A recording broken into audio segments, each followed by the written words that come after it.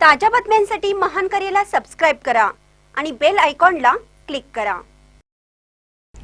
जमिनीच्या वादातून मावस भावाने केला भावाचा खून, आरोपी अटकेत।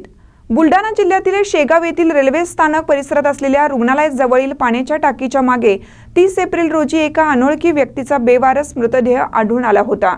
सदर इसम हा भिकारी असल्याचा किंवा हा इसम हा रेल्वेतून पडल्याचा प्राथमिक अंदाज व्यक्त केला जात असताना आता या व्यक्तीची ओळख पटली असून शवविच्छेदनाच्या अहवालानंतर मावस भावाने चाकूने वार करून खून केल्याचे निष्पन्न झाले आहे।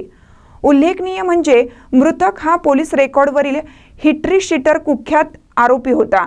त्याच्या विरुद्ध जळगाव जिल्ह्यात 17 गुन्हे दाखल असल्याची माहिती प्राप्त झाली आहे। रमण बापू नामदास वय वर्ष 24 राहणार असे खून झालेल्या इसमाचे नाव असून अमळनेर तालुका जळगाव येथील रहिवासी होता। 15 दिवसापूर्वी शेगाव येथे तो आला होता। मृतकावर अनेक गुन्हे दाखल असून जेलमधून शिक्षा भोगून शेगावात पोहोचला होता।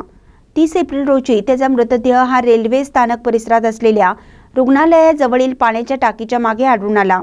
या प्रकरणी पोलिसांनी आकस्मिक मृत्यूची नोंद करण्यात आली होती। त्यानंतर शवविच्छेदनाच्या अहवालानंतर या व्यक्तीचा मृत्यू आकस्मिक नसून त्याची हत्या करण्यात आल्याचं खळबळजनक सत्य समोर आलं। त्यानंतर पोलिसांनी तपासाची चक्रे फिरवून हेराकडून माहिती मिळवून या प्रकरणी मृतकाची ओळख पटवून आरोपी महेश हनुमान कांबळे वय वर्ष 26 राहणार सरकारी फैल्ड यास त्याच्या घरातून अटक केली आहे। तर आणखीन एका अल्पवयीन मुलालाही ताब्यात घेतला आहे।